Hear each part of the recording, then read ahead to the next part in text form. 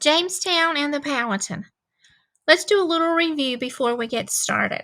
Gonna start with some riddles for you. We are the three ships on which the English sailed to America to start the first permanent English colony. What are we?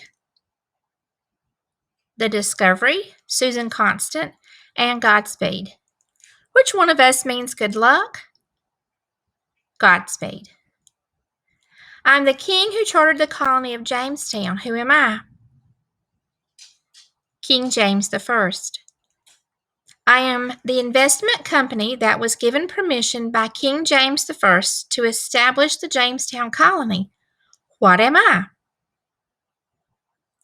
The Virginia Company of London. I am the region in which Jamestown and the present-day state of Virginia are located. What region am I? The southern region. I am the name given to the river near where the English established the Jamestown colony. What river am I? The James River. We are the Native American tribe that was living in the area the English called Jamestown. Who are we? The Powhatan. When Captain Newport returned to England for much-needed supplies, I quickly realized that I and my fellow settlers needed a plan to prepare for the upcoming cold winter months. Who am I? Captain John Smith. Let's look at some vocabulary words before we hear the story today. The first word is amend. It means to change or to add to. Anxiously means nervously, cautiously, or excitedly. Consequently, therefore happening as a result of something else. Destined, headed for, planned, or determined. Devoured, ate, consumed, taken in, or taken over. Sparingly, conservatively, careful. Squabbling, fighting noisily over something that is not very important. Starving time, a time during history when many colonists at Jamestown died because of lack of food. Today, I want you to think about a purpose for listening. I want you to make predictions about what John Smith's plan may have been. I want you to listen to see whether your predictions are correct and to find out more about what happened at the Jamestown colony. Captain John Smith was hardworking and organized. Many historians believe that without him, Jamestown would not have survived. When John Smith finally took charge of the settlement, he did not beat around the bush. Smith introduced a very direct rule: only those who worked would eat. Now, if you beat around the bush, that means that you hint of something instead of saying exactly what you're thinking. So as you can imagine, Smith was not very popular with everyone, especially the wealthy, young adventurers who had never worked a day in their lives. John Smith knew it would be a huge challenge for the settlers to survive the cold winter months. As the weeks went by, Smith urged everyone to work on the construction of Jamestown, to gather fruits and berries, to fish and hunt, and to use sparingly or very carefully the little food they had stored. There are several different accounts of what happened during this time. One well-known version of the story, which you may have heard, tells how when the cold winter months came, that many of Smith's fellow settlers were sick and starving to death. John Smith set off to hunt and to persuade the Powhatan to give them food. According to this account, which some might call a legend, Smith was captured by Powhatan warriors and taken to their chief because they wanted to kill the man who was leading the foreigners. Then, as the story goes, just moments away from Smith's death, the chief's young daughter, Pocahontas, or Maltowakai, begged her father to spare Smith. The chief agreed to his daughter's request, and Smith was released. Many historians today believe that this may be a romanticized version of what happened. They believe that Powhatan did not actually intend to kill John Smith. Instead, he wanted to adopt Smith into the Powhatan tribe. This common ritual in many Native American cultures involves the figurative killing of a person's identity in order to be reborn into a new identity. So these historians believe the Powhatan were going to figuratively kill John Smith's English identity so he could become a Powhatan.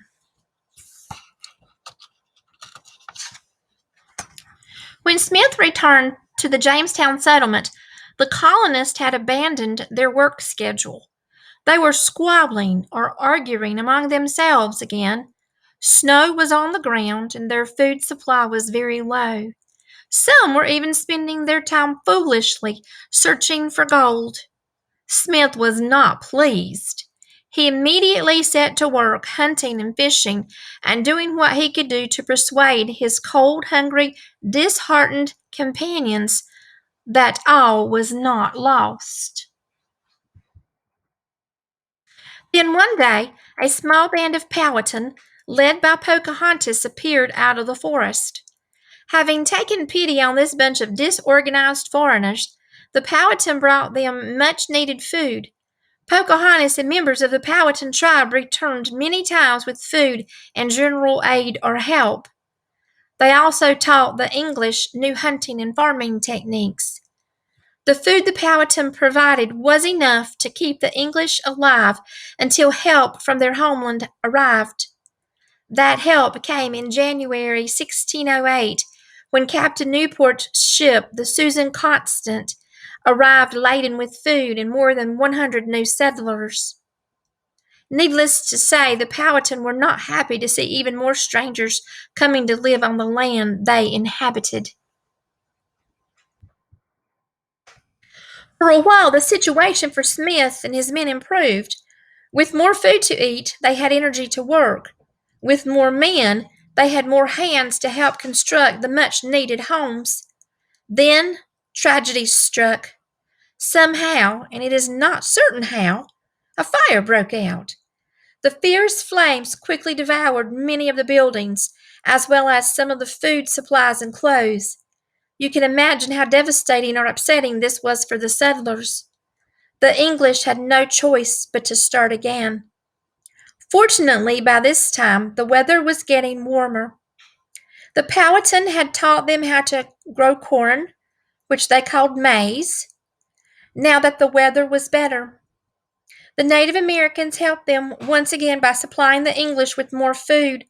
Under John Smith's supervision, the men set to work rebuilding their homes, planting corn, and learning how to live in this new land. When spring came, Captain Newport set sail again for England. Some historians have written that the colonists who had been wasting their time searching for gold persuaded Captain Newport to load his ship with a large amount of red-colored dirt and bring it with him. The gold-hungry colonists were certain that tiny pieces of gold would be found once the dirt was properly examined in England. However, no gold was found. It seems that Captain Newport transported nothing more than a shipload of dirt across the Atlantic Ocean. Captain Newport returned to Jamestown again in the fall. The English colonists were happy to see him again. This time, Newport brought more supplies, as well as 70 men and 2 women. Yes, 2 women. One woman, Mrs. Thomas Forrest, was the wife of one of the men on board, and the other was her maid, Anne Burris. They were the first 2 women to live in Jamestown. Some of the other new settlers were from Poland and Germany, and they brought the skill of glass making to the colony. By this time, John Smith had been elected president of the colony, and he had consistently enforced his rule: all must work if they wanted to eat. In fact, These are Captain John Smith's exact words. He that gathereth not every day as much as I do, the next day shall be set beyond the river and be banished from the fort as a drone till he amend his conditions or starve. Under John Smith's leadership, the colony began to prosper. Smith continued to establish fairly good relations with the Powhatan Indians. The two communities even began to trade with each other. The settlers traded beads and copper for food. However, 2 years after Jamestown was established, John Smith was injured in a gunpowder explosion. Without medical assistance, his wounds would not heal. Smith was forced to return to England. The man chosen to lead the colony in Smith's absence was George Percy. Unfortunately, Percy was not as good a leader as Smith had been. However, to be fair, he did have a challenge on his hands from the moment he arrived. After Smith left, the Powhatans seemed to have a change of heart with regard to their new neighbors. Without John Smith there to actively promote friendship and trade between the Native Americans and the colonists, relations began to suffer. The Powhatan no longer had someone they felt they could trust within the colony, and they became wary of the colonists. They began to raid Jamestown and steal essential supplies, especially food. They fought with the English settlers, killing some of them. In addition, the English settlers, without John Smith there to enforce his rules, did not manage their food supplies as carefully as they should have. Then, once again, part of the settlement caught fire. This time, the Powhatan refused to help the English settlers.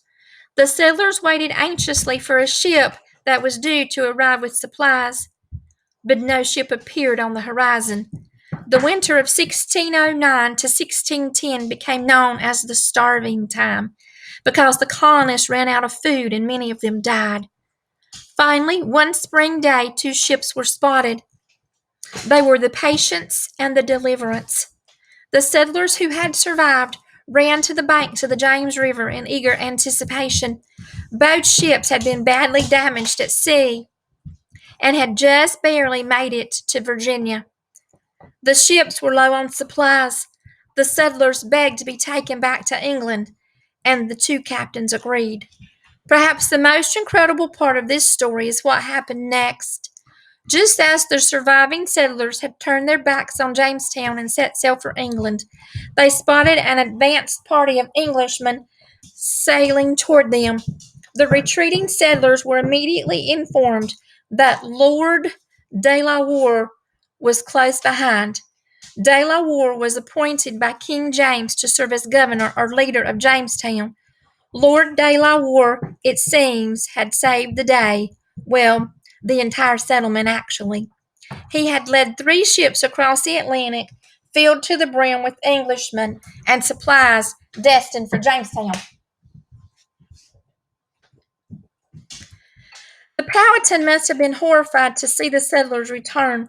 Even worse, there were more of them. Fortunately for the settlers, Lord de la Warr turned out to be a good leader. He restored a sense of order in Jamestown.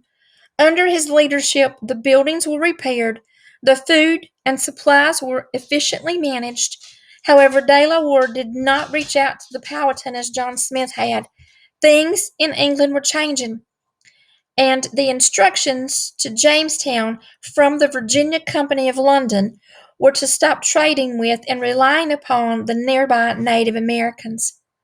Over the next several years, more and more skilled settlers made their way to Virginia, especially in 1619, when the first shipload of women arrived. Colonists began to raise families in this English colony. Although gold was not discovered, something just as valuable was. In time, a settler named John Wolfe began to establish a relationship with the Powhatan once again. Guided by the Powhatan and under the supervision of John Wolfe, the settlers began to grow tobacco. There were other important developments that took place in 1619. Now that things were going quite well in the English colonies, the English government felt comfortable allowing the colonists to make certain rules of their own. That was as long as the colonists remembered who was really in charge. On July 30th, 1619, the first lawmaking assembly gathered in the Virginia House of Burgesses.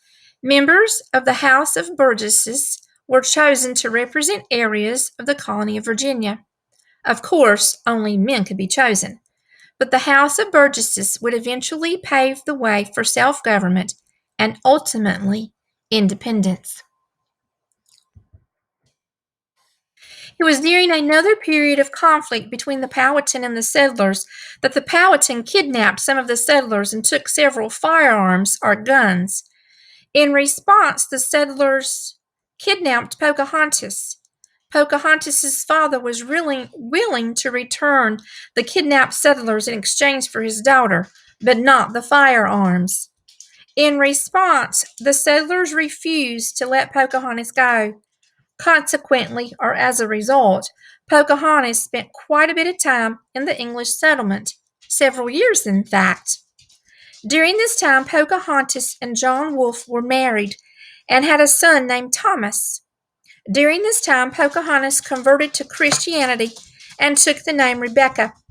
She and John Wolfe traveled together to England, where they were guests at the court of King James.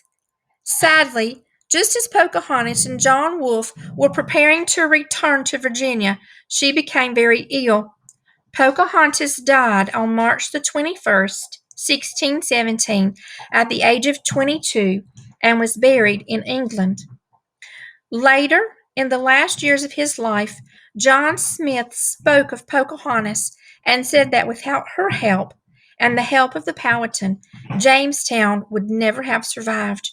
Perhaps this colony was given the wrong name. What do you think?